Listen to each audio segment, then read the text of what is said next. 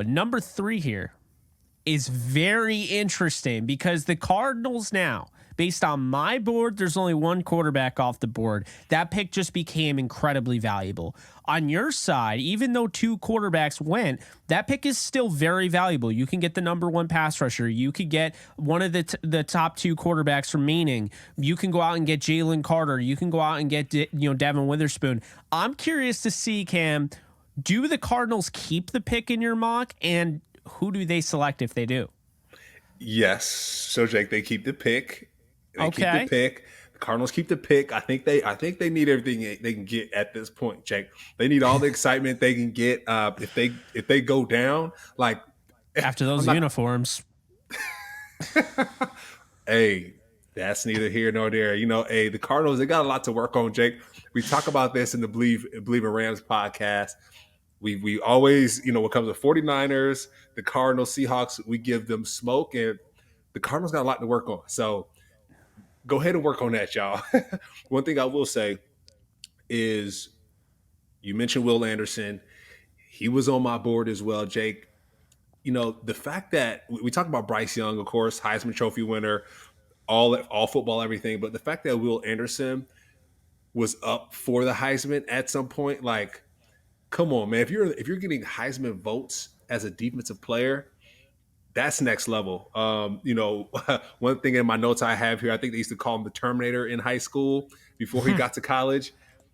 Just the way he plays ball, like he looks ready to go. Just turn on the tape and just watch his stance. I mean, he looks like he's just ready to just tear somebody up. A lot of times when you rush the passer, you got a more of a relaxed look. Not Will Anderson. Will Anderson is just everything is turned up a notch there. So, I have some here in my notes. His get off is insane. The way he gets off the football is next level. When it comes to people blocking him, they're going to have 2 blockers minimum, right? And a lot of times you're on the edge, that counts as a tight end or running back. So, I said if he stays healthy, just the way he attacks the football, it reminds me of the Bosa brothers, the Watt brothers, just the intensity and the way he gets after the quarterback. So, and Jake, I also have my notes just watching this film. The man can cover too. The man can get back and play zone defense. So you mentioned it. He's one of the best players on the field here. And in the draft, he was up for the Heisman, I think 5th in Heisman voting. Sign him up. Whatever team, sign him up. But I do think the Cardinals need to go get him. They need to figure that out. They got the quarterback, so go ahead and figure out how to get somebody that can get the quarterback the football back. And I do think that's Will Anderson. So that's my thoughts. So I have them going in a different direction. Yeah, I'm trading the pick because I need more help, Cam. I can't just. I know you go out, you get a Pro Bowl guy, and that makes a lot of sense. And look, I mean, Will Anderson Jr. is not a bad pick, but I think the Cardinals have a very good opportunity here.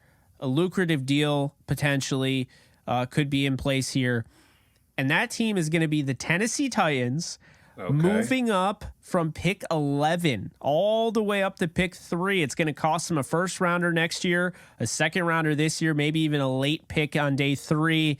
And I think it's going to be worth it because I think they're going to go up and get CJ Stroud out of Ohio State. I think right now the thing that's tipping this for me is, one, we already know it's been out there. They want to move up. They're interested in moving up. They're interested in moving up for a quarterback. Number 2, we've heard about Ryan Tannehill, the buzz. They want to move Ryan Tannehill. That tells me that they're interested in a quarterback. It tells me it's not Anthony Richardson because Richardson is not ready to start day 1. Like I initially kind of thought maybe he could, but the Titans have too good of a roster. I'm not saying they're a great team, but they have a roster that's ready to compete that I think it would be doing a disservice to guys that, especially like a Jeffrey Simmons who just signed his deal, would be a disservice to those guys to not try and compete and put the best quarterback on the field. So I think CJ Stroud, franchise quarterback level, best pocket passer in the draft by far.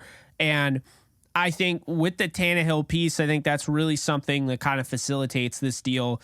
And maybe they're able to move Tannehill to the Arizona Cardinals as part of this deal in some weird way, eating some money, giving him to Arizona. Arizona now has a quarterback to get him through, half the season with Kyler, on the bench injured. You could see something like that, or they trade him later on. But CJ Stroud is your starting quarterback in my little mock draft here. He's your starting quarterback of the Tennessee Titans. Okay, fair enough, Jake. I mean, you never know when the draft comes, Jake, and it happens. We're just gonna clip this up, post it out there, and say, "Hey, told you so." Told you so. There Or you I'm go. going to be absolutely wrong and people are going to laugh, and I'm all for it. And that's okay. That's okay, right? We're just giving our thoughts on the draft here, our thoughts on these players, because we're going to be seeing them again, right? We're week 51 in and off the edge, Jake, and we got a lot of more weeks to jump in about this. So you're just hearing them now. We're just planting the seed at the moment. So no worries there.